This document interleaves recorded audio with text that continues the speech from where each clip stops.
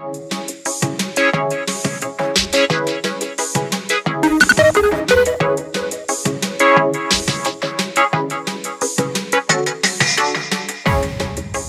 would you sort of describe your sound?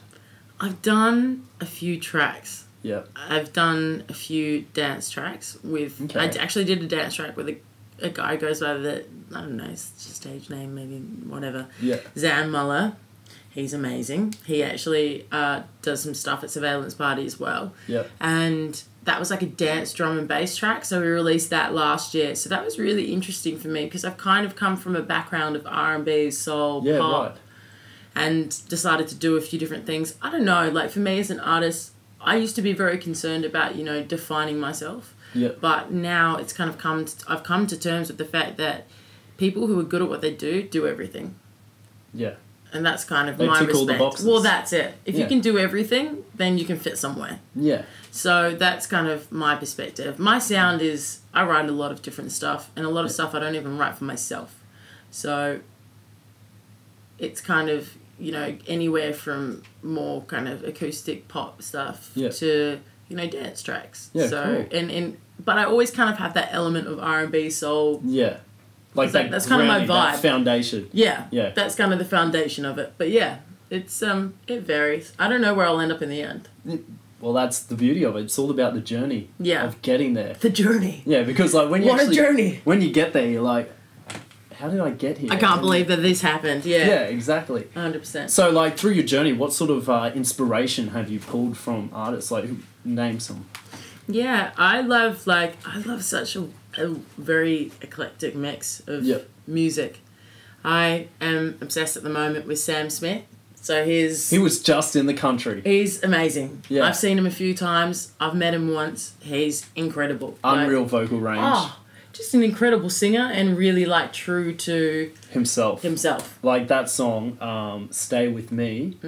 Wow, like that's pretty much ripping a page out of a journal, turning it into a song and just... His last album was like the soundtrack to my latest heartbreak. Oh, it's so no. bad. No. It was so funny because I remember I've just moved to London. I moved to London like 7 months ago. Yeah. And literally had him playing in my headphones every time I was walking down the street. But like the whole album is so great and really well put together, and it's all about, you know, moving through heartbreak and love and loss and rah, rah, rah. And then at the end of it, it's got this track which is just about, you know, celebrating the fact that you're going to be okay in the end. Yeah, right. So every time I'm like walking down the street and then I get to the last track and I'm like, yes! Yeah. I'm like, I'm going to be it's okay. Like everything's going to be okay. Yeah, no, it's good when like artists can connect, and especially because I'm another artist, so like being able to connect with myself is like, it's pretty important and special. And he's also a really great singer, so I really respect him. It's fascinating how like music can evoke and like pull those emotions out of people. Like they do say it is the language of the world. Yeah. Like cried to too many songs, I would say. Cried, laughed, cried again. Now you mentioned just before you moved to London. Was that a career move? Was that like I want to sort of separate myself from the Australian vibe move? I think, like, for me, I know a lot of people in the Australian industry when it comes to music, so for me, I really needed to get away from everything here.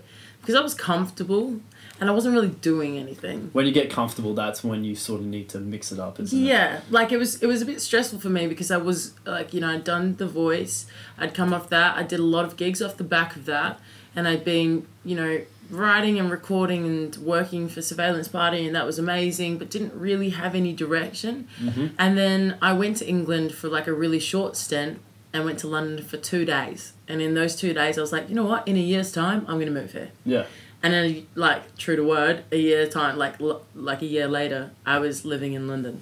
Yeah. So it was a career move, but it was also just for myself, I think, just to kind of get out and make myself do something and experience new things and challenge myself.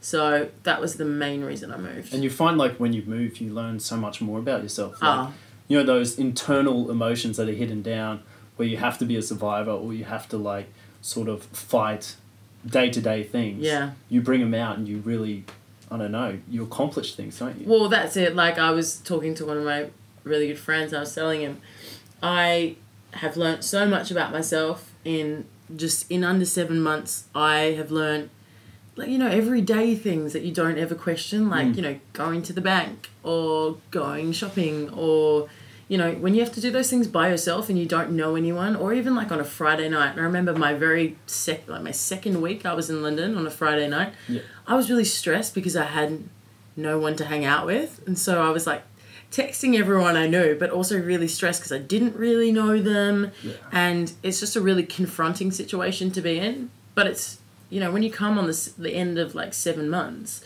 you accomplish so much. Like, you feel so much better as, like, you know, not as a person, but just like you feel very proud of what you've achieved. And I think that's something that you need to do, is put yourself out of your comfort zone to recognize those achievements. So. Absolutely. You've got to push those boundaries and then just tackle every hurdle as it comes. It was hard, but yeah, I can imagine. Like, I didn't move as far, but I moved to Sydney. So, you know. Well, that's it. Like, when you get somewhere and you don't know many people or any people, it's really, it can be quite a stressful situation. Like, especially I was coming from knowing most people, like, not in Sydney. I don't know everyone in Sydney.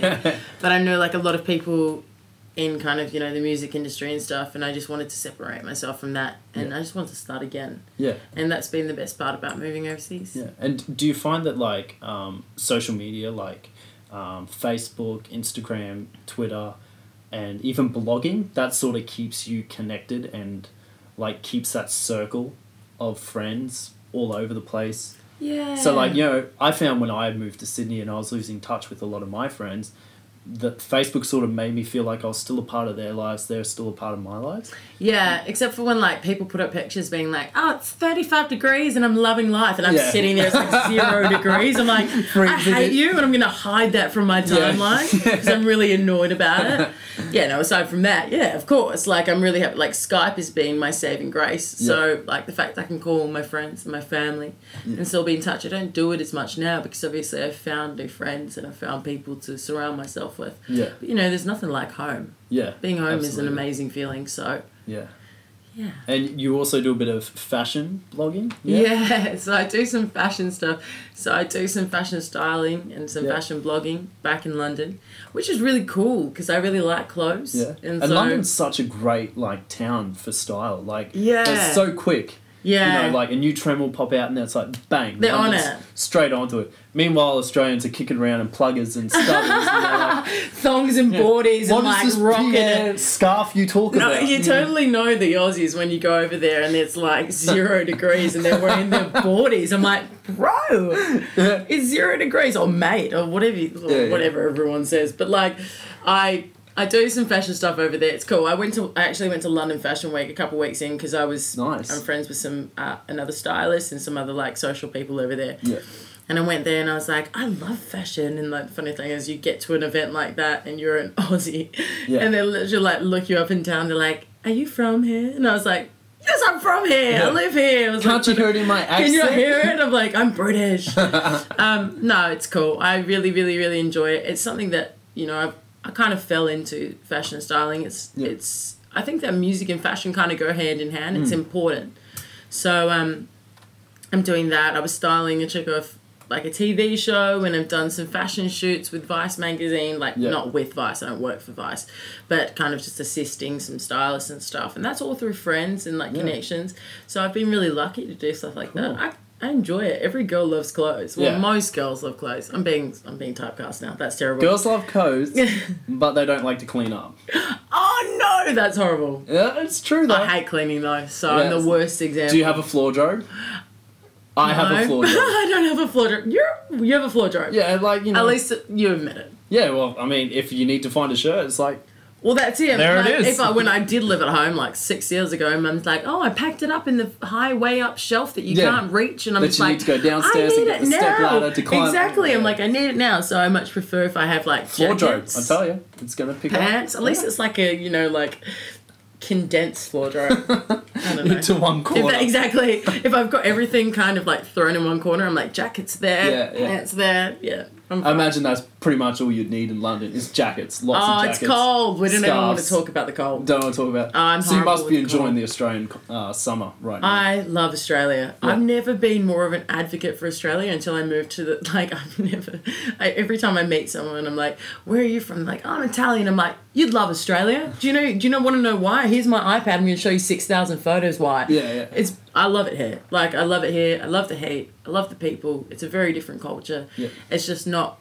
I didn't move to England for the weather. I didn't move there for the people necessarily, even though I've met great people. But I moved there to kind of do music. So I just need to kind of just focus on that. Yeah. Yeah, but I love being home. It's great. Yeah, cool. Now, recently you've done a few projects in Melbourne. Yeah, that was for the single that I was telling you about. With Ben? Yeah, with Ben. Yeah. What was that experience like to sort of come back and meet up with him and, you know, share your new experiences and your new advice and also hear from him?